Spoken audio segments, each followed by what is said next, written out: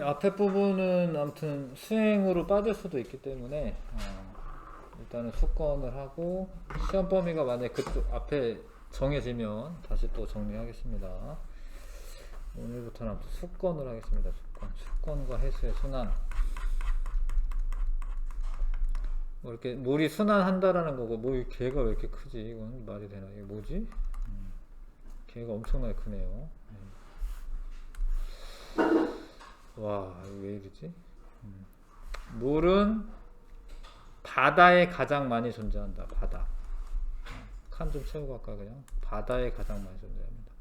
지구상에 있는 물의 한 98% 가까이 바다에 존재합니다. 근데 높은 산이나 극지방에 빙하와 같은 고체 상태로도 존재합니다. 고체 상태로도 존재합니다. 강이나 호수, 바다의 물이 증발하면 수증기가 되고, 그 수증기가 이동한 다음에 다시 비로 내리죠. 그래서 순환이 되는 거고, 물은 동물과 식물 속에서도 존재하며 모모의 잎에서 물이 기체 상태로 빠져나간다. 모모의 잎에서 식물? 식물의 잎에서 기체 상태로 빠져나간다. 뭐 증산작용 말하는 거죠. 식물 맞나? 식물 맞네요. 지구 표면은 많은 부분이 뭐 바다로, 두 글자니까 바다라고 해야 되고, 바다고, 바닷물은 육지물과 달리 짠맛이 나고, 지구에 많은 물이 있지만 우리가 사용할 수 있는 뭐 담수라고 해야 되나? 담수, 은이네. 민물 해야 되나? 민물은 아주 적은 양이다. 민물 맞나요? 민물 맞네. 넘길게요. 수권의 분포 활용. 자, 수권은 지구에 분포하는 물을 말하고, 이거는 표면적을 말하는 겁니다. 표면적으로는 70% 정도가 물로 덮여 있습니다. 육지 말고. 근데 그 물이 지구의 전체에 있는 물의 97.4%, 47%가 해수, 바닷물이야, 바닷물. 바다 깊이가 엄청 깊어요. 평균이 한 4,000m 정도 되고, 평균적으로. 그 다음에, 뭐, 진짜 깊은 데는 10,000m 되는 데도 있고요. 그래서, 바닷물이 제일 많고, 나머지를 담수라고 해요, 담수. 뭐 민물이라고 할 때도 얘기했지만, 담수라고 합니다. 담수는 짜지 않은 물이죠. 근데, 담수 중에 빙하가 제일 많다라는 게 좀 특이한 점이죠. 빙하가 제일 많습니다. 우리 주변에는 사실 빙하가 많지 않지만, 빙하로 고체로 존재하는 물이 담수 중에 더 많다. 전체에서는 1.76%고 담수 중에 이만큼이니까 많은 거죠. 그 다음에 지하수물도 많다. 지하수는 우리 주변에 잘 보이진 않지만 비가 오면 땅속으로 스며드는 거예요. 그런 물이 더 많다라는 거예요. 실제로 호수와 하천수를 이루면서 흐르는 물은 눈에 잘 띄는 물, 그런 건 되게 적다라는 거죠.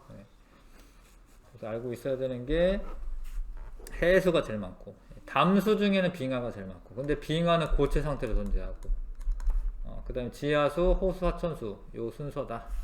호수, 하천수는 생각보다 엄청 조금이다. 근데 우리가 주로 쓰는 물은 이거 호수, 하천수와 지하수입니다.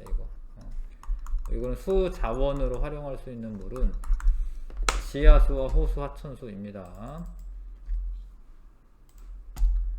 아셔야 되고,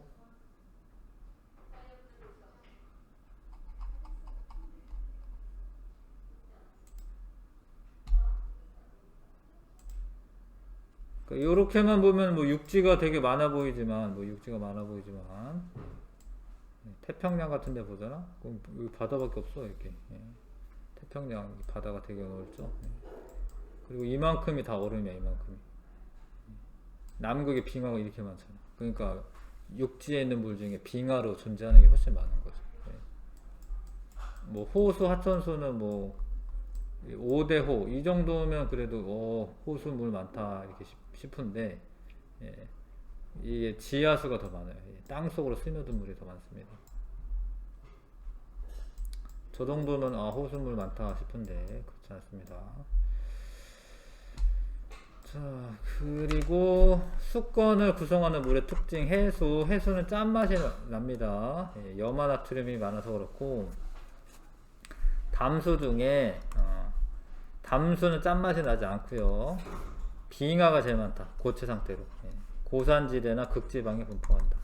예, 지하수는 암석이나 이런 지층 사이를 빈틈을 채우고 있거나 천천히 흐르는 물로 주로 빗물이 지하로 스며들어서 생기는 거고, 호수 하천수는 지표로 흐르거나 고여있는 물로 매우 적은 양이다. 수건에 있는 그 물을 사람들이 유용하게 자원으로 활용할 수가 있는데 그걸 수자원이라고 하고요. 쉽게 사용할 수 있는 물은 호수 하천수랑 지하수까지도 그렇게 어렵진 않기 때문에 땅 파가지고 쓰는 거긴 해도 그렇게 0.77% 정도는 수자원으로 쉽게 활용할 수가 있어요. 근데 해수는 짠맛이 나기 때문에 이거를 민물로 담수로 바꾸려면 에너지가 필요해요. 사실은 이제 가열도 하고 뭐 이렇게 담수와 설비가 필요합니다. 이거는 바로 활용하기 어렵고, 빙하도 마찬가지입니다. 빙하도 얼어 있기 때문에 바로 활용하기는 어렵습니다. 그리고 빙하가 있는 곳은 저기 남극이나 아니면 북극, 그 고산지대 한정적이기 때문에 우리가 수자원을 활용하기는 어렵죠. 근데 이제 수자원을 활용할 때 생활용수로 쓰거나 농업용수로 쓰거나 공업용수, 유지용수 등으로 쓰이는데, 자, 생활용수는 마실 때, 요리할 때, 씻을 때, 농업용수는 농사 지을 때, 가축 기를 때도 농업용수입니다. 공업용수는 제품 만들거나 세척할 때, 유지용수는 하천의 정상적인 기능을 하도록 물이 어느 정도는 있어야 돼. 그러니까 무조건 쓰면 안 되고 하천 유지 용수는 남겨둬야 돼요. 그래서 지금 이거는 우리나라인데 우리나라에서는 농업용수를 제일 많이 써요. 우리 농사 안 지으니까 별로 없어 보이지만 저쪽에 뭐 전라도나 뭐 이런 데 가면은 이제 논에 그 물을 다 채워놔야 돼요. 논에. 물론 이제 뭐 밭에도 물 주긴 하지만 농업용수로 제일 많이 쓰인다. 그 다음에 유지용수예요. 그러니까 강물에 채워놔야 돼. 그거 다 써버리면 안 되거든요. 그러니까 강물에 채워놓는 게 그 다음이고, 생활용수, 그 다음에 공업용수는 한 6% 정도 이렇게 쓰고 있습니다. 아무튼 농업용수 제일 많이 쓴다. 우리나라는. 물을 절약해야 되는데 읽어보시면 다 알겠지만 뭐 빗물 모아서 사용하기도 하고 뭐 빨랫감 모아서 세탁해야 되고, 수도꼭지 같은 경우 절수용 수도꼭지 이런 거 사용하시고, 양치나 설거지 할 때 물을 받아서 사용해야 된다. 이런 것도 읽어두시고요. 수자원의 가치, 인구가 증가하고 산업이 발달하면서 물 사용량이 점점 많아지고 있습니다. 요즘은 다 수세식 화장실이죠. 근데 옛날에는 뭐 그렇지 않은 데도 있었어요. 그래서 뭐 소변 대변 한 번만 보더라도 물 사용량 엄청 많고, 목욕이나 샤워도 되게 자주 하기 때문에 물 사용량 많아지고 있고요. 근데 수자원 양도 많아지는 건 아니야. 수자원은 그대로 이제 한정적이니까 그만큼 아껴 써야 된다라는 겁니다. 근데 그 중에서도 이제 지하수를 개발해야 된다라고 하는 거고, 지하수는 이제 장점이 땅을 스며들면서 사실 자연적으로 정화가 돼요. 땅 속에 있는 물은 뭐 들어올 것 같지만 안 그래요. 엄청 깨끗하고, 그 다음에 지속적으로 채워지기 때문에 수자원으로서 가치가 높습니다. 그래서 지하수를 개발해야 된다라는 건데, 근데 또 지하수는 너무 많이 쓰면 지하 공간을 채우고 있는 물들이 사라지면 얘가 이제 이렇게 뭐 싱크홀처럼 이렇게 푹 꺼질 수도 있어. 그래서 뭐 다 쓰는 건 안 되겠지만 아무튼 지하수는 활용 가치가 매우 크다. 자, 수자원 관리, 댐 건설하고 지하수 개발하고 해수를 담수한다.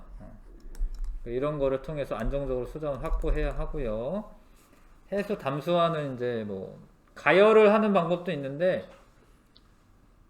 필터를 이용해 가지고 소금기 같은 거 제거할 수도 있습니다. 뭐 그런 방법도 쓰고 있고, 물의 오염을 방지하고 물을 절약하여 효율적으로 사용해야 한다. 뭐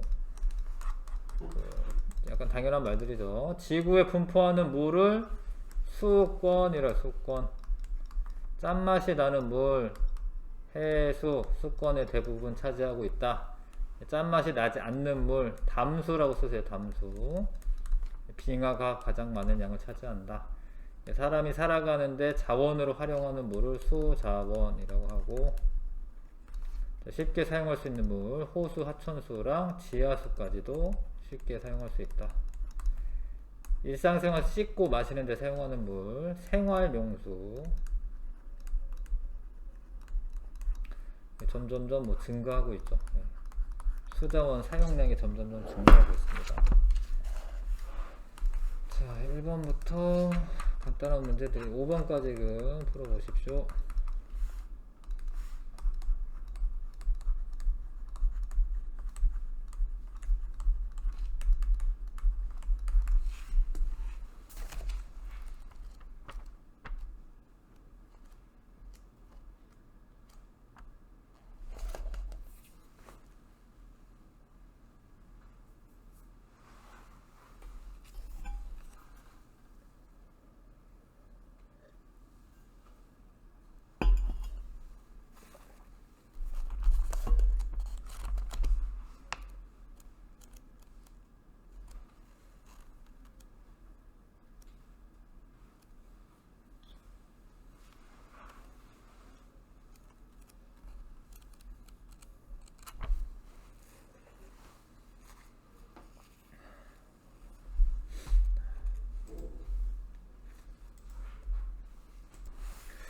네, 간단히 칸 채우면서 하면 되죠. 이거는 뭐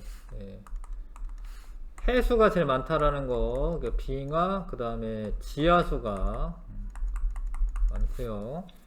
육지에 있는 물은 대부분 짠맛이 나지 않는 담수이고, 이 중 가장 많은 게 빙하라는 거 아셔야 되고, 두 번째로 많은 건 지하수라는 거 아셔야 됩니다. 우리가 비교적 쉽게 사용할 수 있는 거는 지하수와 호수, 하천수. 공업용수는 제품 만들 때, 농업용수 농사 지을 때, 가축 기를 때, 생활용수는 이럴 때, 유지용수는 하천의 기능을 유지하기 위한 용수이다. 물이다. 인구 증가와 산업 발달로 수자원량 증가하고 있습니다. 동그라미. 우리가 활용할 수 있는 수자원량은 매우 적고 한정적이다. 이게 맞아요. 우리나라 수자원은 생활용수 가장 많이 사용하고 있다. 아닙니다. 농업용수. 빙하가 녹은 물은 짠맛을 제거한 해수를 일상생활에 이용하기도 한다. 뭐지? 물이나 맞죠? 그럴 수 있습니다. 그러니까 저기 뭐 사우디아라비아나 뭐 이런데 사막지대는 이런 담수 설비가 잘 되어 있어요. 그래서 해수에서 짠맛을 제거해 가지고 사용합니다.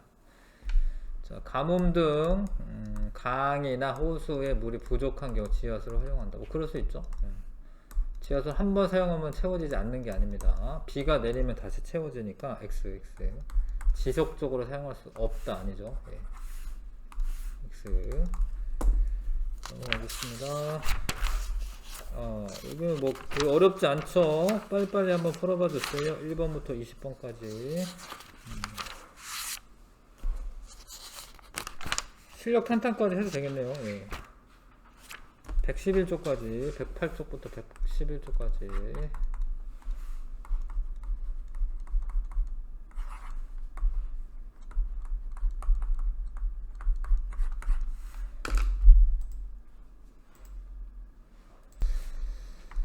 자, 문제 풀어보겠습니다. 수권은 지구에 분포하는 물 맞고, 해수와 지하수로 구분할 수 있는 게 아니죠. 담수라고 해야 되고, 97.4 몇 퍼센트. 요거는 표면적으로 따졌을 때 이제 지표면에 70% 정도가 물이 차지하고 있다 이런 소리고, 육지물은 대부분 액체가 아닙니다. 고체가 더 많아요. 대부분까지는 아니야. 하여튼 고체가 더 많습니다. 이거 아닌 거 아시죠? 이거 답은 1번이고요. 자, 해수가 제일 많다라는 거. 담수에 해당하지 않는 거 해수. 2번 3번. 담수는 이제 주로 활용하는 물이고, 육지에 있는 물은 대부분 담수가 맞고요. 담수 중 대부분 지하수 형태 존재하는 게 아니고 빙하가 더 많아요. 빙하가. 지하수는 2등, 빙하가 더 많습니다. 자, 해수 빙하 3번이네요. 해수 빙하 지하수 호수 하천수 3번. A는 해수, B는 빙하 지하수 3번. 7번에 자, A는 육지에 있는 물이다 아니고요. 빙하는 주로 극지방에 분포하는 게 맞습니다. 아까 남극이 더 많죠. 물론 이제 산악빙하도 있어도 아무리 그래도 남극빙하보다 많지 않습니다. 산악빙하는 뭐 이런데 히말라야 산맥 이런데 가면은 요런데 이제 여기 산악빙하가 있는 거예요. 그렇죠? 여기는 그래도 많긴 하네요. 여기는 산악빙하. 이게 빙하입니다. 빙하는 또 흘러내려요. 사실 빙하는 이동합니다. 가만히 있지는 않고요. 얘가 이렇게 무겁기 때문에 아래쪽으로 쓱 이렇게 내려와요. 고체라고 해서 이동하지 않는 건 아니에요. 지금 빙하가 이렇게 흘러내리는 거죠. 이렇게 이런 데는 산악빙하가 있지만 여기는 뭐 많아 보이지만 많네 여기. 근데 아무리 그래도 이제 남극보다 많지 않죠. 남극은 이만큼이니까 훨씬 많죠. 남극에 이제 근데 이런데 빙하가 이렇게 또 녹고 있어요. 뭐 이런데 보면은 이렇게 떨어져 나가면서 녹거든요. 떨어져 나가고 있습니다. 빙하가 남극에 있는 빙하도 녹고 있다.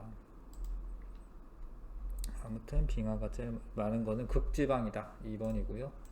8번에 빙하 얘기죠, 그렇죠? 8번에 빙하 얘기죠. 9번에 수자원 옳지 않은 건데 요거 이제 오염되어도 쉽게 복구 가능한 건 아닙니다. 뭐 많이 노력을 해야죠. 특히 뭐 기름 같은 게 흘러 들어가 가지고 뭐 예전에 이제 태안반도 이런데 그거 오염됐을 때 많이 태안반도 오염됐을 때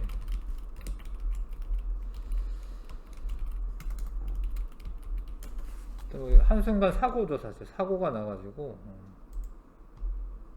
여기에 이게 다 기름이 이렇게 둘러싼 겁니다. 지금 여기가 이제 해수욕장인데 여기가 다 기름이 된 거예요. 여기뿐만 아니라 그래서 사람들 다 가서 막 닦는 거야. 선생님도 하루 가가지고 2008년도에 가서 하루 닦았는데 돌에 이런 데 가가지고 막 닦는 거야. 근데 아무튼 그렇게 막 100만 명 넘게 자원봉사로 가서요. 지금은 깨끗해졌어요. 참 신기하게도. 이렇게 쉬운 건 아니죠. 우리나라 사람이나 되니까 저렇게 가서 막 자원봉사 하죠. 이렇게 쉬운 건 아니다. 다시 회복하는 게 쉬운 건 아닙니다. 10번에 이건 비율이기 때문에 우리가 쉽게 사용할 수 있는 물은 이만큼이죠. 0.77%. 이게 100분율이기 때문에 100ml면 0.77ml인데 1000ml니까 7.7ml가 돼야 돼요. 이거 이해 가세요? 이 퍼센트는 100분율이기 때문에 만약에 100ml면 이제 0.77이야. 1000ml니까 7.7ml 되는 거죠. 퍼센트는 그런 거죠. 100g 있을 때 얼마다 뭐 이런 의미죠. 3번이고 답은 3번이고 12번에 11번 안 했구나. 11번에 자, 주로 빗물이 지하에 스며드는 게 맞고요. 바로 이용할 수 있다. 좀 그런데 하여튼 바로 이용할 수 있다. 뭐 맞는 것 같네요. 왜냐면 뭐 어떤 담수화를 하거나 이런 거 안 해도 되니까 괜찮은 것 같고 지속적으로 채워지기 때문에 개발을 많이 할수록 좋다. 이게 좀 그러니까 무작정 많이 할 수는 없어요. 적당히 해야 되는 겁니다. 왜냐면 이제 그 지하수를 너무 많이 쓰게 되면은 이제 땅이 꺼질 수도 있어요, 실제로. 그래서 이거는 그게 좋은 게 많이 때문에 틀린 거고요. 예. 개발을 해야 한다. 뭐 이러면은 괜찮은데 많이 할수록 좋다. 이거는 안 되고. 해수나 빙하에 비해 양이 매우 적어 수자원으로 가치가 낮다. 아니에요. 그래도 가치 얘네보다는 적다 하더라도 가치가 있는 겁니다. 호수 하천수보다는 훨씬 많기 때문에 가치 있는 겁니다. 1번 11번에 1번이고 12번에 옳지 않은 거. 자, 이것도 아니에요. 그러니까 어렵긴 하지만 이 문제가 좀 어렵게 나와있네. 어렵긴 하지만 수자원으로 활용할 수 없는 건 아닙니다. 담수화해서 사용하면 됩니다. 틀린 거는 2번이고 다른 거 좀 읽어보시면 더 답 찾는데 쉽죠. 이런 거는 공업용수가 되고요. 예. 공업용수를 해야 될 것 같은데 이거 뭐 음료수 만드는 것 같긴 하지만 아니, 씻는 건지 뭐 부정확하네. 하여튼 공업용수라고 해야 될 것 같고 이거는 이제 담수가 맞고요. 농업용수. 다로 이용되는 물은 주로 고체다. 이거 먹는 건데 고체 아니죠. 근데 이거는 이제 액체 상태로 지금 이용하고 있죠. 지금 그림도 나와 다의 물은 같은 용도로 활용하고 있다. 예, 아니 이거 용도가 같지는 않죠. 이거는 생활용수라고 해야 되고 이건 농업용수가 되는 거죠. 기억, 니은 고르는 게 제일 좋겠습니다. 1번. 그 다음에 14번에 사람의 생명 유지를 위해 마시는 거는 생활용수고 예, 하천 유지용수 생활용수 유지용수 4번 4번이고요. 그 다음에 15번에 자 이용량 가장 많은 거 우리나라는 농업용수가 제일 많다라는 거 1등. 그 다음에 2등이 또 유지용수예요. 2등이 우리나라 강이 많아서 그런가 봐. 2등이 유지용수고 3등이 생활용수, 예. 공업용수는 뭐 4등. 발전용수라고 하는 거는 뭐 댐에 있는 물인 텐데 뭐 그렇게 여기에 들어가 있진 않아요.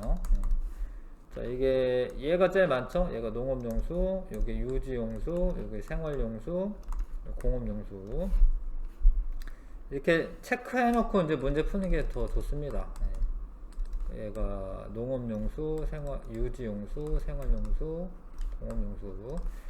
A는 제품을 만든다 아니고 B는 농작물을 재배한다. 그게 A입니다. A 아니고요. C가 부족하면 하천 재기능하기 어렵다. 이 맞습니다.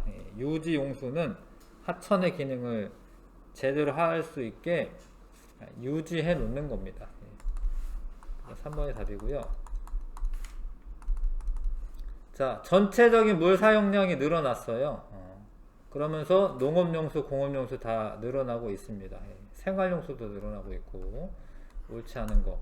이 기간 동안 농업용수 이용량 가장 많다.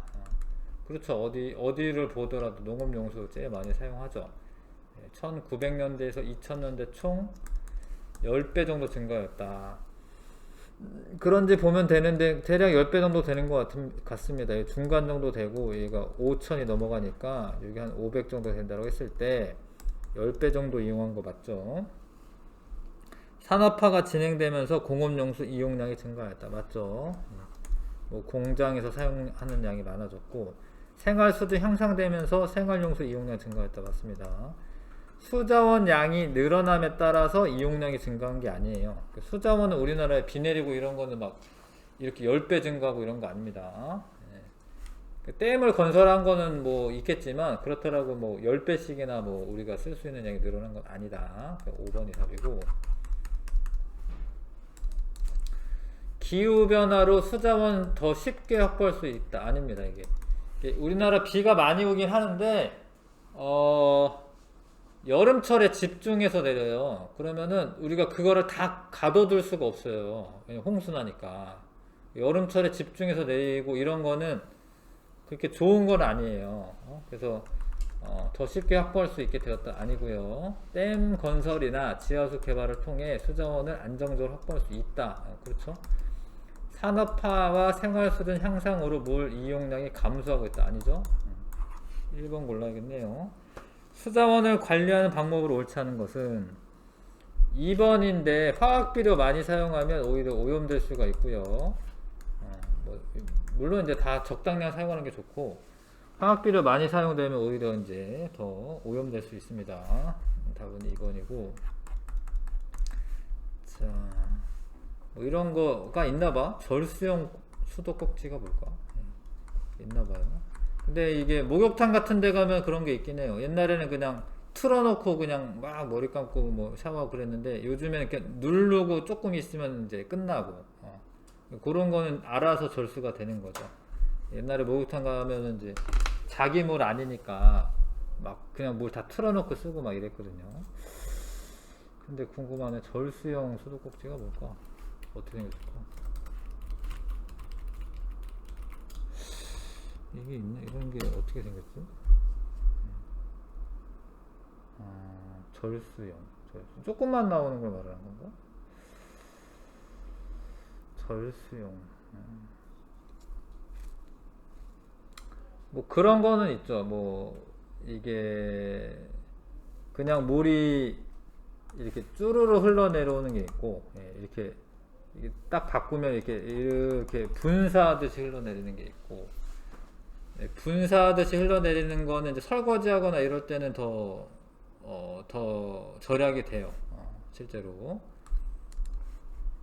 그냥 쭉 흘러내려오는 거, 뭐 이렇게 받는 거 말고, 절수용 수도꼭지. 그런 거 말한 것 같긴 한데. 옛날에 이제 선생님 군대 있을 때 아무튼, 우리도 물악기라고 하면서 그런 거를 설치한 적 있거든요. 절수용으로 된. 일단 이게 맞는 것 같고, 양치나 세수할 때 물을 받아서 사용해야 되고, 이거는 더 안 좋다라는 거죠. 세탁할 때 물이 많이 사용이 되기 때문에 그래도 같이 세탁을 하는 게 더 물을 아낄 수가 있다. 자, 서술형입니다. 나에서 라에 해당하는 거 각각 적으시오. 나는 해수. 라가 제일 많네요. 라는 빙하. 다는 지하수. 수건을 이루는 물의 총량이 1000ml라고 했을 때 담수는, 여기 담수니까 100ml면 2.53ml겠죠. 근데 1000ml니까 25.3ml가 돼야지. 계산할 수 있죠. 자, 우리나라에 지금 B를 쓰고 B 1, 2, 3 생활용수고 활용하는 뭐 음료수 뭐 생활용수에 해당하는 거고요. 뭐 씻는 물이라던가 뭐 빨래를 한다던가 손을 씻는다던가 뭐 이런 거 하는 겁니다.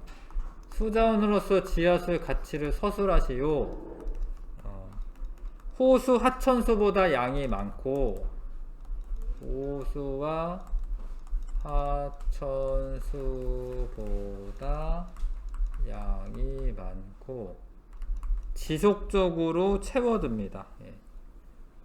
빈 물이 스며들어 지속적으로 사용 가능. 쓰시면 되고요. 수자원을 안정적으로 확보하는 방법 두 가지. 뭐 지하수 개발, 해수의 담수화, 뭐 댐 건설 이런 것도 괜찮은데요. 댐 건설. 근데 지금은 우리나라는 댐을 지을 수 있는 곳은 거의 다 지었어요. 여기서 지금은 더 이상 댐 짓기는 어렵고, 뭐 이런 설비들이 있으면 좋겠습니다. 특히 뭐 울릉도라던가 뭐 이렇게 섬 지역에 식수 얻을 때 이렇게 해수 담수화 설비를 만듭니다. 자, 가는 우리 생활에 쉽게 활용할 수 있는 거가 아닙니다. 빙하인데 지금 나는 주로 극지방에 있다. 아니죠. 이건 지하수니까. 가와 나는 모두 짠맛이 나지 않는 물이다. 맞죠? 여기 담수니까. 지금만 맞습니다. 3번이고요. 자, 12번. 요거를 자꾸 틀리는 친구 많은데, 봐봐. 이게 농업용수가 67%였다가 47%로 줄어든 것처럼 보이지만 이거는 전체 사용량의 몇 %다 이런 뜻이야. 그러니까 이게 전체적으로 늘어난 상태에서 47%이기 때문에 요거보다 요게 더 많은 거예요. 그러니까 농업용수가 줄어들었다 이런 보기는 틀리는 거야. 이해 갑니까? 그러니까 그 해의 사용량 중에 1980년도에는 농업용수가 67%를 차지하다가 2003년도에는 47%를 차지하지만 전체 양이 많기 때문에 줄어든 건 아니죠.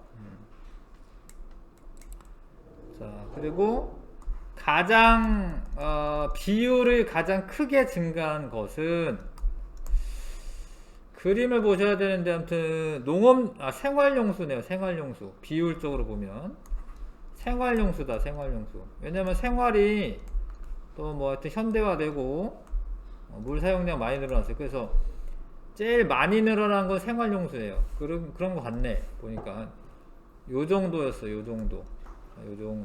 거의 한 2~3배는 늘어났네. 한 3배는. 생활용수 한 3배는 늘어났네요. 근데 농업용수가 3배까지 늘어난 건 아니네.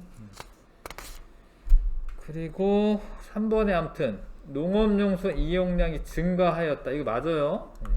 숫자만 보고 줄어들었다 하면 안 됩니다. 농업용수 사용량은 이용량은 증가한 게 맞습니다. 잠깐 10분만 찾다가 하겠습니다.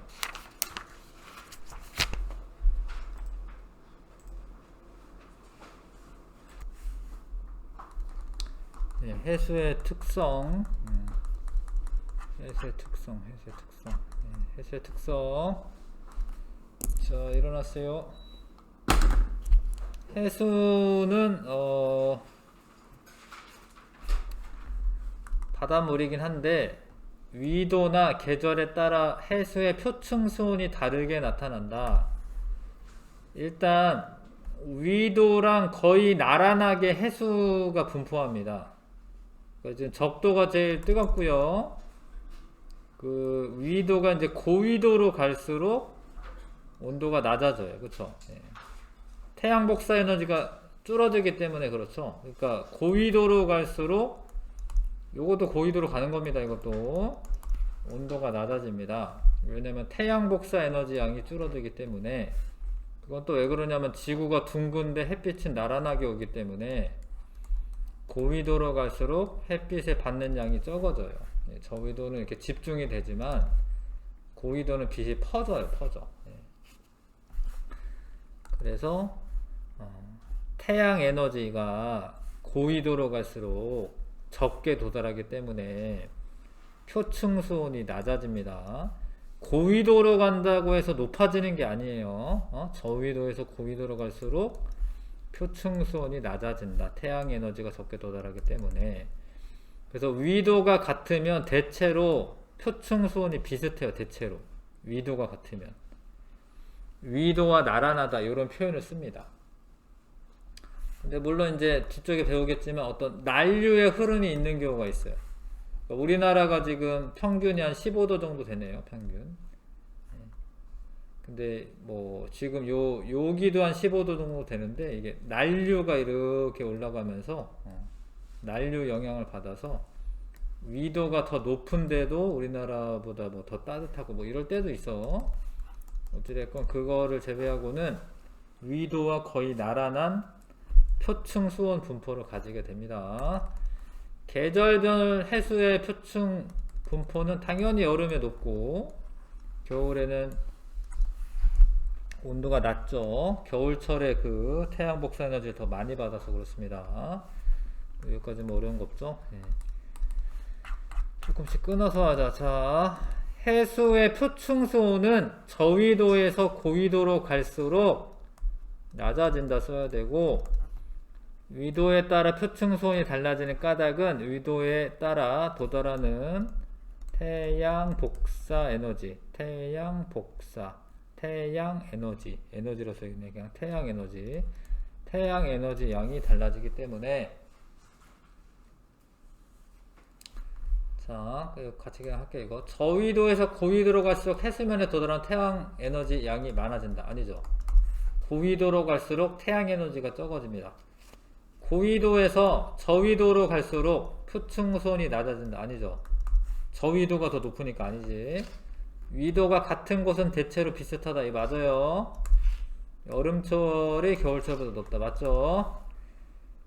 연직수온 분포 아직 안 했습니다. 이해 가시죠 이거? 네. 됐고, 자, 연직수온 분포. 그러니까 이게 밑으로 내려가면서 수온을 재는 겁니다. 그러면은 원래 바닷물이 있고 밑으로 내려가면서 이 태양 독사 에너지가 적게 도달하기 때문에 밑으로 내려가면서 수온이 이게 낮아져야죠. 이게 낮아져야죠. 원래는 그래프를 잘 보시면 이제 수온이 이제 이게 0, 5, 15니까 원래 여기 표층 수온이 한 20도 주제 정도 되면 깊어지면서 어떻게 돼 이렇게 원래 낮아져야지. 원래 낮아져야지 정상인데 이게 낮아지는 게 이게 원래 정상이 낮아져야지. 왜냐면 빛이 적게 도달하니까. 이게 뭐 지하 뭐 수심 뭐 한 1000m 되는 데까지 도달하지 않아요. 사실 한 150m까지 한 100m 정도까지밖에 빛이 도달하지 않아. 그러니까 빛이 적게 도달하면 원래 낮아져야 되는데 혼합층이라고 하는 부분은 바람이 막 불기 때문에 얘가 막 섞여요 이렇게. 그래서 혼합층은 혼합이 되기 때문에 수온이 어떻다? 일정하다. 깊어져도 일정하다. 이해가나 이거? 수온이 일정하다. 깊어지는데 일정하잖아. 그쵸? 네. 수온이 일정하잖아요. 왜냐면 바람에 의한 혼합작용 때문에. 그리고 이 혼합층, 수온약층, 심해층으로 나누는데 그 중에 온도는 제일 높죠. 네, 당연히 표층이니까. 바람이 강할수록 혼합층의 두께가 두꺼워져요. 그러니까 지금 여기 보면 여기 중위도는 혼합층이 두꺼워 이만큼. 저위도는 이만큼밖에 안 되는데 여기 바람이 많이 불어서 그래. 바람이 많이 불어서. 중위도는 바람이 많이 불기 때문에 혼합층이 두껍다. 중위도 왜 두꺼워? 예, 바람이 많이 불어서. 떠나요. 이렇게 중위도가 두꺼운 이유 바람이 많이 불어서 혼합층이 두껍다. 자, 그래서 혼합층은 한 깊이 한 150m 정도까지 혼합작용이 잘 일어나는 층이고, 그 밑에를 수온약층이라고 하는데요. 수온약층은 깊어질수록 온도가 낮아지는 층이에요. 깊어질수록 수온이 급격하게 낮아지는 층이에요. 근데 그렇게 되면 온도가 낮은 애가 밑에 층에 있으니까 안정한 층이 돼. 안정한 층. 왜냐면 온도가 낮으면 밀도가 크고, 밀도가 큰 게 아래에 있는 게 당연히 안정한 층이 되는 거예요. 만약에 온도가 높은 애가 아래층에 있다. 그러면은 걔는 가벼우니까 위로 올라오려고 막 할 텐데, 대류가 일어나려고 할 텐데, 무거운 게 밑에 있기 때문에 안정한 층이 되는 거예요. 그래서 수온약층은 뭐 이렇게 막 물이 돌아다니고 그러질 않아요. 가만히 있어요, 가만히. 대류가 일어나질 않아요. 중요해. 대류가 일어나지 않아, 수온약층은. 그러면 여기에 있는 물질과 여기 있는 물질이 차단이 돼요. 서로 교환이 안 됩니다. 그래서 뭐 그런 보기가 나온다는 거죠. 수온약층은 물질 교환을 차단한다. 그게 맞아요. 그게 안정한 층이기 때문에. 심해층은 그러니까 1000m 이하로 내려가면은 제일 무거운 층이야. 근데 온도가 한 4도씨 정도 되면 이게 제일 무거워요. 물이 물이 0도씨에서 제일 무거운 게 아니라 4도씨에서 제일 무거워. 심해층은 제일 무거우니까 아래쪽에 있는 거예요. 위도나 계절에 따라 수온의 변화가 거의 없어요. 그냥 4도씨 정도야. 그 세 가지 층으로 구분한다. 혼합층, 수온약층, 심해층. 혼합층은 바람의 혼합작용으로 섞여가지고 수온이 일정한 거고, 수온약층은 깊이 내려갈수록 수온이 낮아지는 층인데, 그러면 안정한 층을 이루게 되고, 1000m 이하로 내려가면은 다 심해층이다. 다음에 잘 봐. 이 그래프 해석을 하셔야 되는데 이거 두 개를 매칭해 가지고 C는 저위도야. 저위도인지 아셔야 되거든요. 왜 저위도냐면 표층 수온이 일단 제일 높아요. 표층 수온이. 표층 수온이 제일 높습니다. 그 다음에 얘는 중위도예요. 중위도. B는 중위도고 얘는 고위도야. 중위도는 바람의 혼합작용 때문에 혼합층이 제일 두껍고요. 저위도는 온도차가 많이 나잖아. 지금 수온의 차가. 그럼 이러면 수온약층이 발달했다라고 얘기하는 거예요. 수온약층이 발달하고 60도 이상이 되면 이제 그러니까 위도로 60도 이상이 되면 원래 다 추워. 그렇기 때문에 다 그냥 심해층이에요. 심해층. 위도로 60도 이상이 되면 다 심해층이에요. 북극이나 남극해 이런 데는 다 심해층이고 혼합층의 두께가 위도 30도 부근이 제일 두꺼운 이유는 바람이 많이 불어서 그렇고 수온약층이 제일 발달하는 데는 저위도입니다. 저위도. 이런 거 다 읽어두셔야지 문제 풀 수 있습니다. 저위도 표층 수온이 가장 높다. 바람이 약해서 혼합층이 얇다.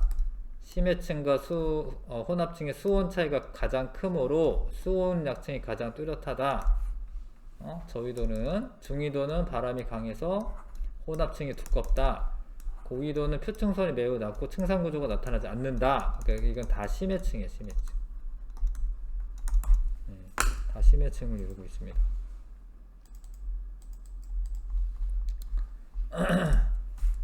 자, 요거부터 수온이 높고 바람에 의해 혼합작용이 잘 일어나는 층은 뭐야? 혼합층. 적으시고요. 일어나세요. 깊이가 깊어질수록 수온이 급격하게 낮아지는 층은 수온약층. 자, 수온이 낮고 일정하게 유지되는 층은 심해층. 되시지요? 연직 수온 분포에 영향을 주는 요인은 태양 에너지와 바람입니다. 바람. 태양 에너지와 바람. 혼합층의 두께 이런 건 바람에 의해서 결정나는 거니까. A에서 C층의 이름을 각각 쓰시오. A는 뭐라고 했어요? 아까 혼합층. B는 수온약층. C는 심해층. 혼합작용으로 수온이 일정한 층 A죠. A. 그 다음에 혼합층이죠. 수온이 급격하게 변하는 층 B죠. 수온이 낮고 깊이에 따른 수온변화 거의 없다 C죠. 대류가 일어나지 않는 층은 B입니다. 뭐 이런 데가 대류가 안 일어날 것 같은데 그런 게 아니라 무거운 애가 아래에 있으면 대류가 안 일어나요. B야 B. 바람이 강화서 두꺼워지는 층은 A 혼합층. 해수의 분포, 염분비 일정의 법칙, 뭐 요런 게 조금 어려운 거긴 한데 116쪽에 먼저 볼게요. 해수의 연직 수온 분포. 네. 자, 116쪽에 이렇게 온도계를 장착을 하고요. 가열을 해. 그럼 이게 태양 복사 에너지가 해당하는 거죠. 태양 복사 에너지에 해당하는 거죠. 그러면 온도가 여기가 제일 높고요. 점점점 낮아질 거야, 사실. 처음에는. 그러니까 바람 불기 전에는 요럴 거야. 근데 왜 바람을 불어? 요즘은 손선풍기로 하면 되네. 옛날에는 부채로 붙인다 이랬는데 부채가 뭔지 알려나 요즘 애들이. 하여튼 손선풍기로 이렇게 하면은 혼합작용이 일어나니까 이 위에 있는 두 개 정도는 비슷해지는 거예요. 이거 두 개. 여기가 혼합층이 되는 거예요. 그쵸? 이거는 다 똑같은 상황이고 가열을 하게 되면 이렇게 되고 요거는 부채질 때문에 부채질 말고 손선풍기 때문에 혼합작용이 일어나서 온도가 똑같아지는 겁니다. 적외선은 태양에 해당하고요. 손선풍기는 바람에 해당하고 적외선을 켜면 깊어질수록 도달하는 에너지가 감소하여 수온이 낮아지는 거고, 선풍기를 켜면 일정한 구간이 나타나는데 그건 혼합층이 생겼다라는 의미죠. 예. 1번, 2번, 3번 해보시고요.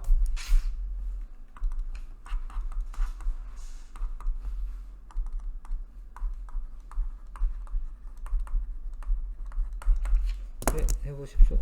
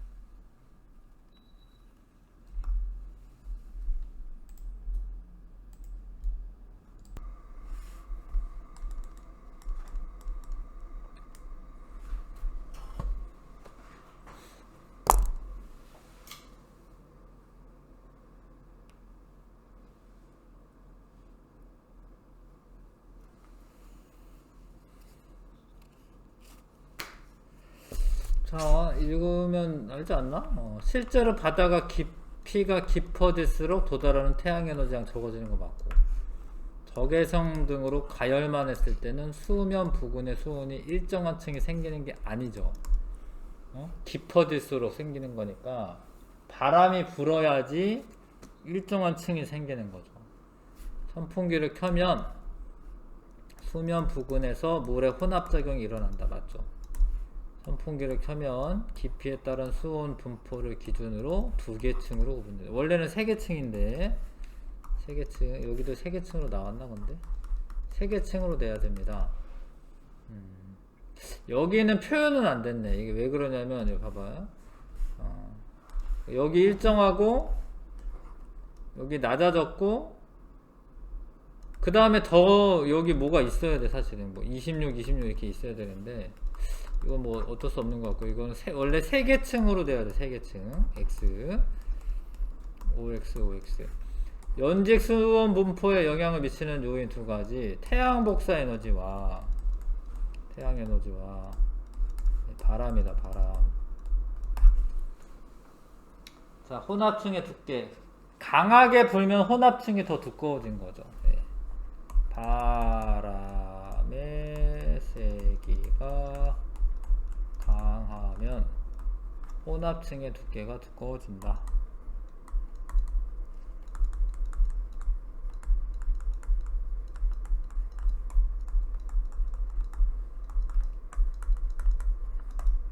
이렇게 해주시면 되겠네요.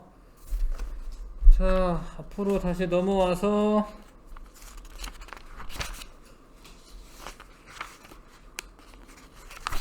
염분은 좀 얘기를 좀 하긴 해야 되네. 일단은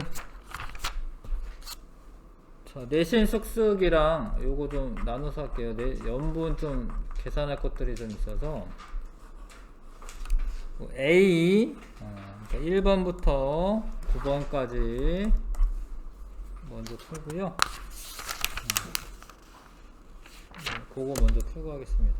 여기 먼저 풀게요. 내신 쑥쑥. 자, 표층수온이 위도에 따라 다르게 나타나는데 가장 큰 영향을 주는 거는 태양 에너지입니다. 적도 부분이, 그러니까 저위도가 온도가 높고요. 태양 에너지 많이 도달하기 때문에 고위도로 갈수록 이제 태양 에너지 적어서 온도 낮은 거죠. 저위도에서 고위도로 갈수록 표층수온이 낮아진다. 맞고, 고위도로 갈수록 태양 에너지가 많이 도달한다. 아니죠? 고라고 뭐 이게 많이라고 생각하면 안 됩니다. 위도가 같은 지역은 대체로 표층수온 비슷하게 나타나는 게 맞아요. 3번이 답이고요. 해수의 연직 수온 분포에 대한 설명으로 옳지 않은 것은, 자, 이게 밑으로 내려가면서 깊이 내려가면서 수온을 재는 거야. 혼합층, 수온약층, 심해층으로 구분하는 거고, 수온은 깊이가 깊어질수록 계속 낮아지는 건 아니에요. 그러니까 이게 계속 낮아지는 게 아니니까 이게 답이죠. 어느 정도 이제 4도씨까지밖에 안 낮아집니다. 얼음이 되면 오히려 뜨기 때문에 그래. 얼음이 되잖아? 0도씨가 막 되잖아? 그러면 떠요. 물 위에 얼음이. 그게 되게 얼음의 신기한 점인데, 아무튼 계속 낮아지는 건 아니다. 해수면 부근에 태양 에너지를 많이 받아서 수온이 가장 높은 게 맞고, 심해층은 거의 일정하고 한 4도씨 정도 일정하고, 자, 수온 약층은 깊이에 따라 수온이 급격하게 낮아지는 게 맞고요. 그 다음에 4번에 혼합층, 수온 약층, 심해층 이름 아셔야 되고, 2번이고요. 자, 혼합층은 두께가 항상 일정하다 아니에요. 바람 많이 불면 더 두꺼워지는 거예요. 심해층, 수온 약층이죠. 지금 이게 불안정하지 않습니다. 안정합니다. 활발하게 일어나지 않습니다. 계절에 따라 수온 변화 거의 없는 거 아닙니다. 조금씩은 변화가 있고, 이거는 이제 심해층에 대한 설명이죠. 이게 맞아요. 위도랑 관계없어. 심해층은 그냥 다 4도씨야. 태양 에너지 가장 많이 도달하는 건 아니지. 4번이고, 심해층에 대한 설명. 표층에 비해 수온이 낮지. 태양 에너지를 거의 받지 않는다는 맞죠. 바람이 강할수록 두꺼워지는 거는 이제 그 혼합층 이야기죠. 혼합층 이야기. 1번이죠. 이렇게 실험을 하는데 나중에 휴대용 선풍기로 바람을 일으키기도 했네요. 그 다음에 측정했네. 적외선 등의 에너지는 깊이에 관계없이 같은 양 도달한다 아니고, 이게 밑으로 내려가면서 조금씩 줄어드는 겁니다. 10분 동안 비추면 표층의 물이 혼합되지 않습니다. 아직은 뭐 휴대용 선풍기 킨 게 아니잖아요. 선풍기를 강하게 하면 수온이 일정한 층이 사라지는 게 아니라 그런 층이 생기는 거고, 적외선 등을 켠 상태에서 선풍기를 켜면 깊이에 따른 수온 변화를 원래는 3개야 3개.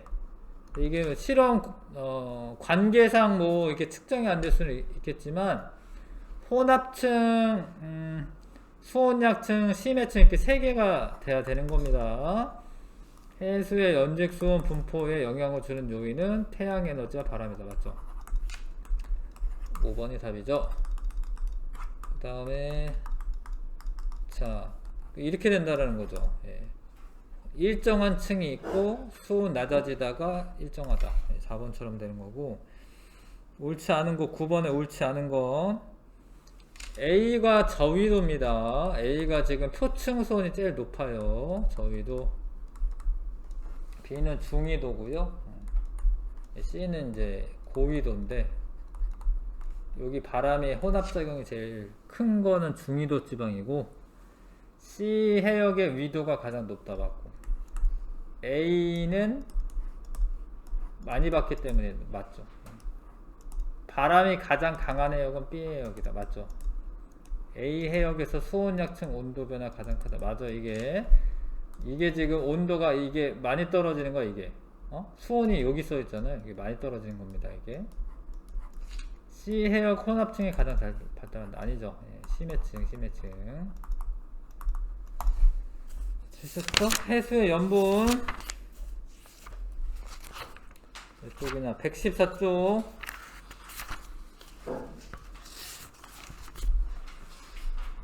하여튼 용어를 아셔야 됩니다. 용어를 염분, 염류 뭐 이런 거 구분하셔야 되는데, 염류는 해수에 녹아있는 여러가지 물질을 염류라고 한다. 그래서 해수를 1kg을 떠다가 물을 다 증발시키면 염류가 35g이 남아요. 근데 그 중에 염류에 염화나트륨도 있고 염화마그네슘도 있고 황산마그네슘도 있고 황산칼슘도 있는 거지.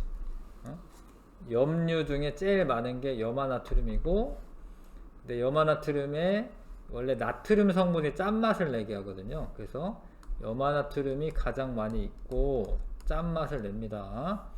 마그네슘 성분은 약간 쓴맛을 나게 해요. 쓴맛.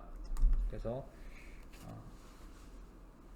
원래 소금을 이렇게 천일염을 맛보면 짠맛도 나는데 약간 끝에 쓴맛도 나고 좀 그러긴 합니다. 실제로 천일염을 맛보면. 근데 이거를 이제 소금을 꽃소금이라고 하는데, 그러면 이제 재결정을 좀 하면은 염화 마그네슘이 좀 빠지고요, 염화 나트륨이 주로 있으면 더 짠맛이 더 심해져요. 더 커지거든요. 아무튼 얘가 염화 나트륨은 짠맛, 염화 마그네슘은 쓴맛. 자, 염류는 하여튼 녹아있는 물질이고, 염분은 농도 개념이야. 농도라고 생각하시면 되는데, 이게 100% 농도는 아니고 해수 1000g에 녹아있는 염류의 총량을 그람수로 나타낸다. 그러니까 이게 농도인 거야. 농도. 천분율이라고 해요. 원래 천분율. 1000g 속에 몇 g이나 있냐. 퍼밀이라고도 하는데 이걸 천분율이라고도 합니다. 백분율이라고 안 하고. 천분율이네요. 천분율. 자, 아무튼 염료가 많으면 염분이 높아지는 거예요. 녹아있는 염료의 양이 많으면. 근데 예전에는 아무튼 다 이게 염료가 얼마일까, 염분이 얼마일까 이렇게 측정하려면 물을 떠다가, 바닷물을 떠다가 1kg 떠다가 증발을 다 시켜요.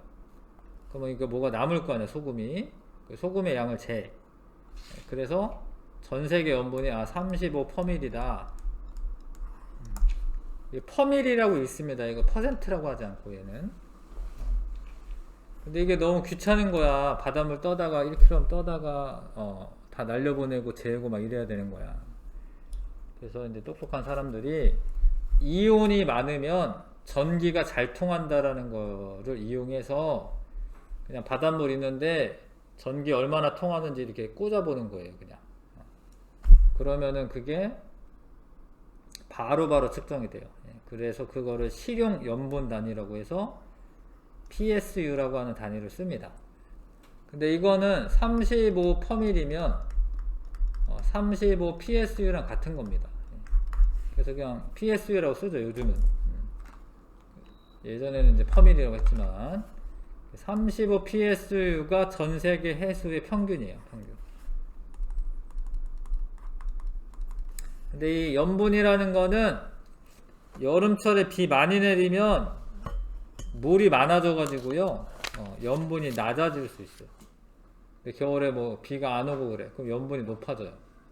아니면 저기 뭐 이런 홍해라던가 아니면 뭐 사해라던가 이런 바다야, 그런 데는 염분이 훨씬 높아요. 그러니까 이게 높아졌다 낮아졌다 한다고. 사해 뭐 이런 데는 염분이 높습니다. 사해는 이제 죽음의 바다라는 거죠. 이게 거의 물고기 못 살아요. 왜냐면 너무 염분이 높아가지고 사람이 둥둥 떠 있어. 이렇게 떠가지고 이제 책을 읽어. 왜냐면 이게 염분이 높아가지고 밀도가 크기 때문에 그냥 이렇게 둥둥 떠 있는 거죠. 이렇게. 여기 보면 소금이죠. 소금. 여기 잔뜩 있지, 소금이. 그런 데는 200퍼밀이야. 200퍼밀. 전 세계 평균이 35인데 거기는 200 PSU가 됩니다. 근데 아무튼 염분은 어떻다? 이게 늘어났다 줄어들었다 한다라는 거예요. 염분에 가장 영향을 많이 미치는 게 증발량과 강수량입니다. 만약에 증발량이 더 크다, 그럼 염분 높아져요. 왜냐면 물이 증발되니까 좀 더 농도가 진해지는 거죠. 근데 강수량이 많다, 그럼 염분이 낮아집니다. 민물이 들어오는 거니까. 육지로부터 담수의 유입이 양이 많다, 그럼 염분 낮아지는 거고요.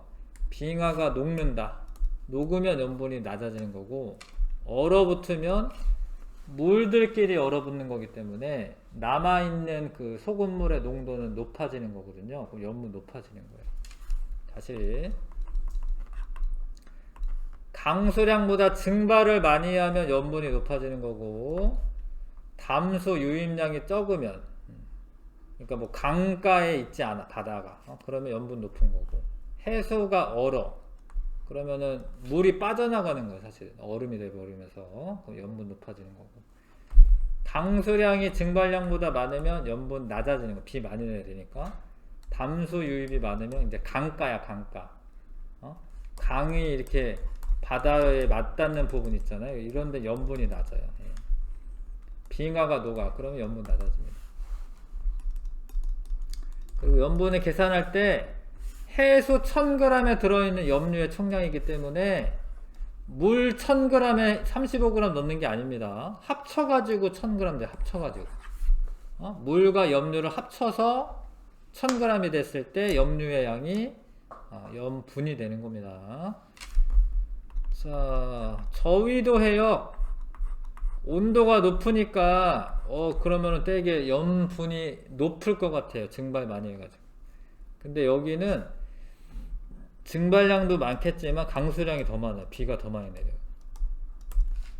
그래서 염분이 낮아요. 그럼 여기가 지금 파란색 염분이 낮아요. 여기가. 얘가. 근데 중위도는 비가 사실 위도 30도 부근에는 비가 안 내려요. 잘 사막 지역이 많아. 그래서 그런 데는 증발량이 더 많기 때문에 염분이 높아요. 여기 높잖아요. 여기 이렇게 30도 여기 높잖아. 30도에 높잖아. 사막이나 이런 데도 이런 데 있어요. 30도 부근에. 고위도는 염분이 낮아요. 왜냐면 빙하가 녹으면서 민물이 담수가 유입이 되기 때문에. 우리나라 표층 염분은 33psu인데 전 세계 평균보다는 낮아. 근데 그건 왜 그러냐면 육지 근처니까 아무래도. 그 다음에 강수량이 많으니까 여름철에 염분이 낮아요. 여름철 비가 많이 내리니까. 담수 유입이 많은 황해가 동해보다 낮다. 이건 뭐냐면 이제 황해는 큰 강이 이렇게 3개 정도 이렇게 흘러요. 이렇게. 근데 동해로는 큰 강이 흐르는 게 없어요. 그러니까 여기 담수 유입이 많은 거야. 황해는. 그래서 요거 이제 봐봐. 2월하고 8월 비교해 보면 여기를 볼까요? 한 34인데 여기는 33이잖아 지금. 8월에 비가 많이 내려가지고 비가 많이 내려서 그렇게 된 거야. 그 다음에 2월을 보는데 같은 위도에서 요 한강 근처 여기는 한 31 뭐 이 정도 되는 것 같은데 31에서 32. 근데 여기는 34잖아요. 황해가 더 염분이 낮아요. 담수의 유입이 많기 때문에 요거 해석할 줄 알아야 됩니다. 요거 왜 여름철에 염분이 낮고 황해가 더 염분이 낮은지 아셔야 되고, 염분은 변하지만 염분들의 비율은 일정하다라는 거예요. 그게 염분 비일정 법칙이에요.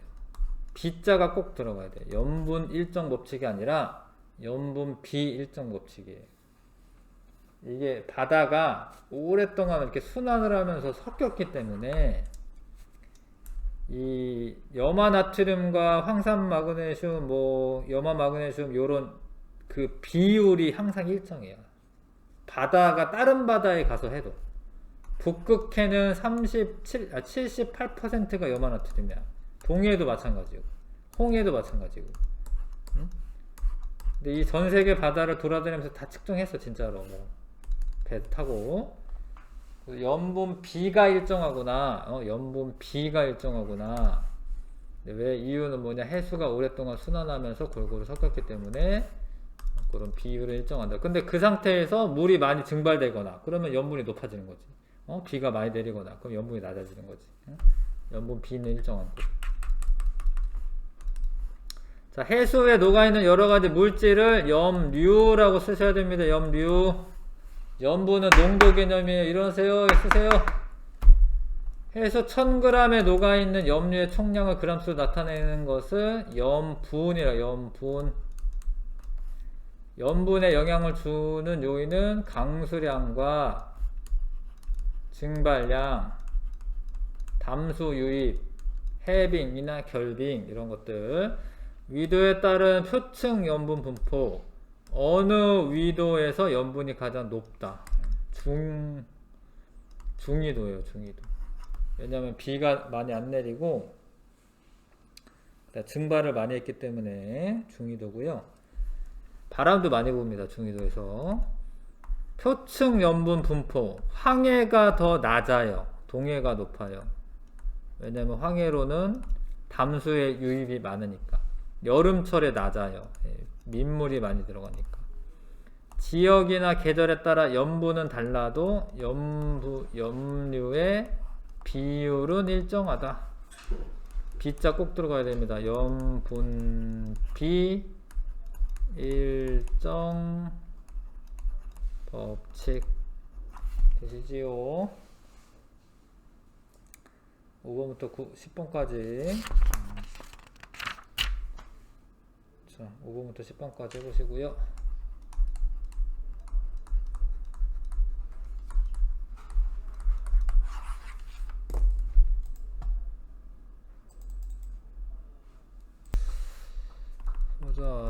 자, 35g의 염류 중 각 염류가 차지하는 질량을 나타낸 건데, 제일 많은 거 외워야 돼. 제일 많은 거. 제일 많은 거는 염화 나트륨. 염화 나트륨. 2등은 염화 마그네슘. 외워야 됩니다. 그거는 염화 마그네슘. 자, 해수 1000g 안에 40g 염류가 있다면 40psu9고요. 이거는 1000g 기준이기 때문에 이게 500g이잖아. 이게 1000g이 되면 얘는 2배 더 녹으니까 32psu9고, 얘는 둘이 섞으면은 1000g이잖아요. 해수 1000g 안에 염류가 30만큼 있으니까 30psu9고, 요거는 이제 3kg 이라고 돼 있잖아요. 그러니까 1kg이면 32g씩 있을 텐데 3kg이니까 96g에 g입니다. 킬로그램 아니고 96g에 염류가 녹아 있다. 자, 간단한 계산인데 계산하셔야 되고요.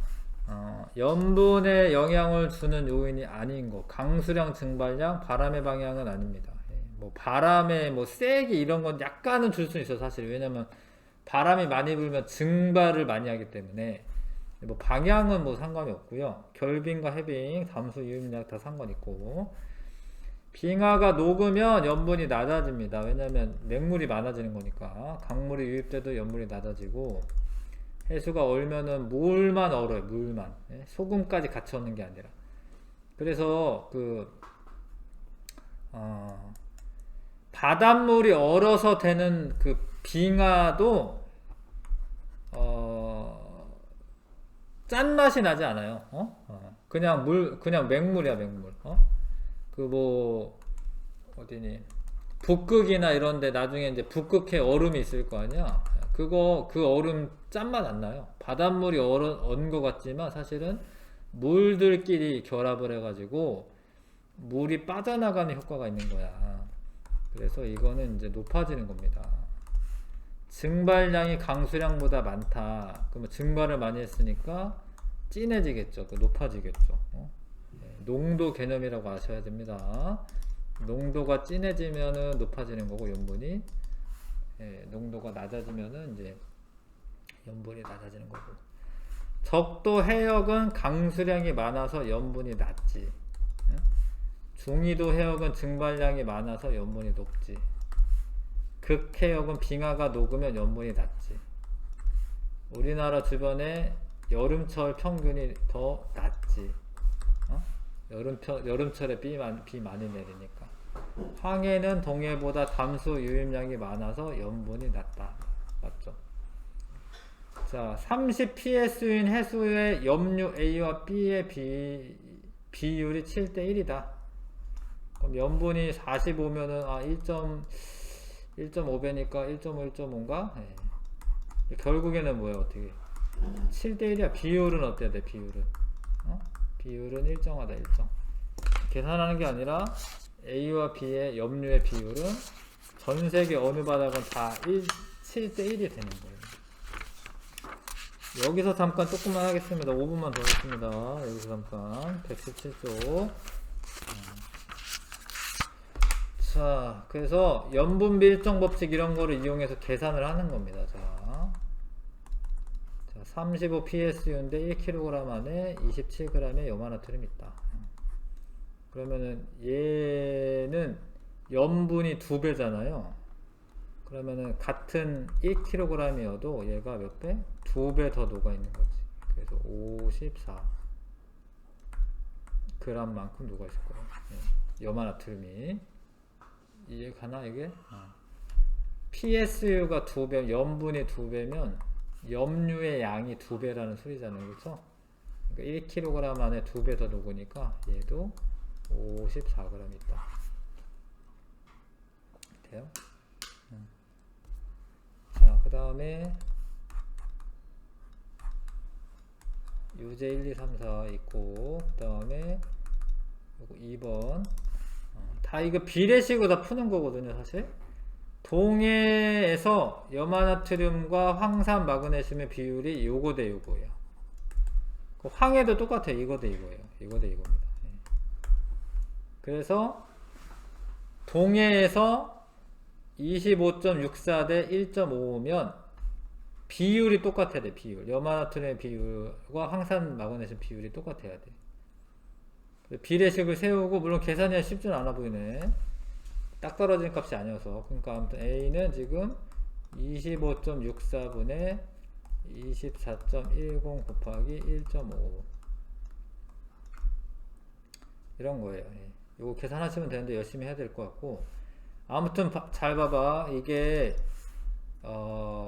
동해보다 황해가 더 염분이 이렇게 얘네 비율이 낮아졌잖아요. 이렇게 25.64에서 24.10으로 낮아졌잖아요. 그럼 얘도 낮아져야 되는 거예요. 비율이 일정하기 때문에. 잘 계산했는데 뭐 얘보다 높다. 그럼 다시 해야 돼. 자, 유제 1번 32 PSU인데 해소를 100g이래요. 그러니까 이게 원래 1000g 기준으로 해야 되거든요. 그러니까 여기는 뭐 어떻게 된 건 1000g일 때는 3.2g이 녹아 있는 거예요. 염화 마그네슘이. 근데 이게 비율이 올라갔죠. 이렇게 35로. 그럼 얘도 똑같이 또 올라가. 3.2보다 3.5겠네. 계산 간단하게 숫자 똑바로 줬네요. 3.5g으로 늘어나죠. 왜냐면 32 PSU일 때 32 PSU일 때 염화 마그네슘이 100g 속에 요거니까 1000g 기준으로 하려면 3.2g 녹아 있는 거예요. 그럼 얘가 염분이 늘어났죠. 35로. 35 PSU가 되면 얘도 3.5g으로 늘어난다. 유제 2번 염분 30 PSU인 해수 1kg 속에 염화나트륨 24g 녹아 있대요. 그러니까 이거는 이제 숫자를 좀 복잡하게 한 것 뿐이지 사실은. 그러니까 30일 때 24g이 녹아 있대. 그러면 36일 때는 몇 g이 녹아 있는가? 그러면은 이렇게 곱해가지고 x는 30분의 24 곱하기 36 어떻게 하면 되죠? 4로 나누면 뭘로 나눠야 돼요? 3으로 나눌까 일단? 10이고 1.2 요러긴 하네요 일단은. 근데 이게 10 곱하기 24 곱하기 1점인데 원래 1kg이면은 요럴 거예요. 1kg이면. 근데 얘가 몇 kg이에요 지금? 2kg이지 2kg. 그러니까 이거에 2배 해주셔야 돼요. 2배.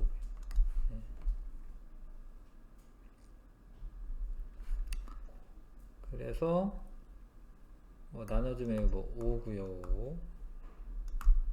요것도 나누면은 4.8이네.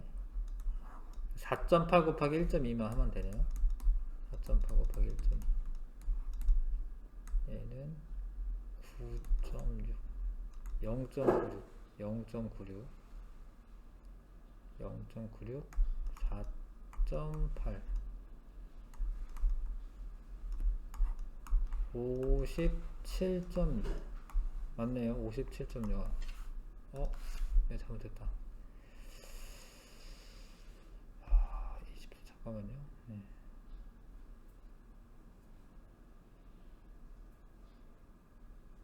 네 왜 1.2로 했지? 12지 12. 소수점 잘못 찍고 48 곱하기 48 곱하기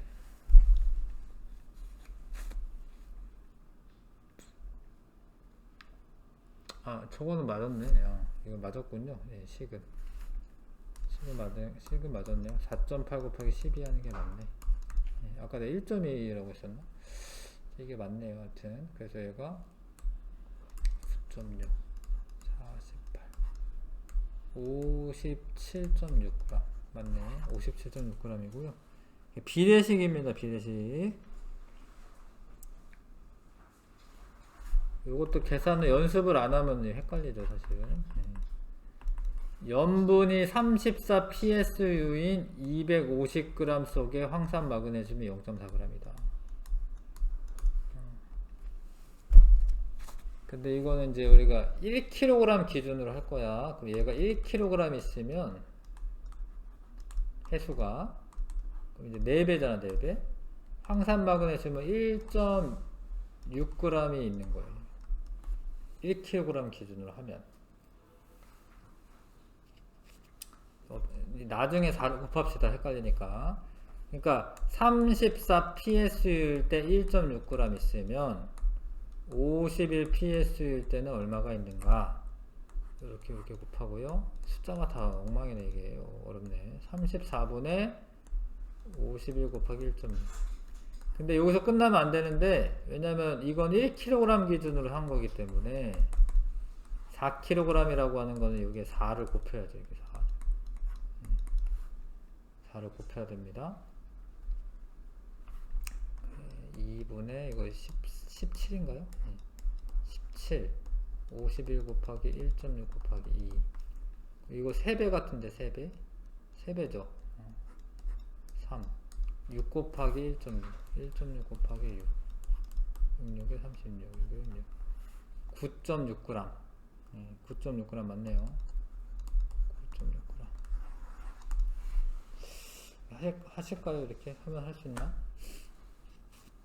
한 문제만 더 할게요. 자기가 좀 스스로 해야 되는데 이거를 염분이 40 PS인 해수 속에 포함된 염화나트륨 중 염화나트륨의 비율은 78%이다. 염분이 38 PS인 1kg에 녹아있는 염화나트륨은 몇 g이냐?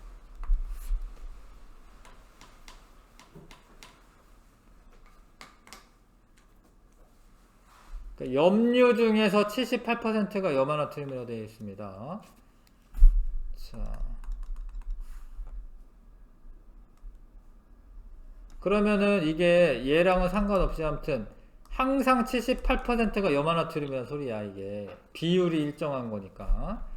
그러니까 1kg에는 38g의 염류가 있어요. 염류가. 근데 그 중에 비율이 100분의 78이 염화나트륨의 비율이에요.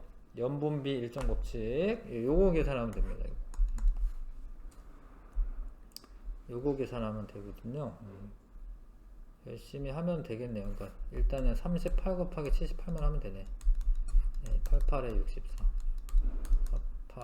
38에 24 24 300 78에 56 37에 21 21 26 29 64 88에 64 그거를 100으로 나누니까 점 여기다 찍으면 되죠. 29. 답은 29.6으로 되어 있네요. 소수점 둘째 자리에서 반올림하라고 되어 있으니까 29.6이 맞네요. 계산하면 돼요. 계산을 또 자꾸 하셔야지 늘거든요. 네, 여기까지만 하고 숙제는 요거부터 할게요. 숙제는 여기서부터. 숙제는 여기서부터 개념 기본까지만 하자. 그러면 개념 기본에 20쪽 20쪽이 아니라 120쪽 117쪽부터 120쪽 유제 5번부터입니다.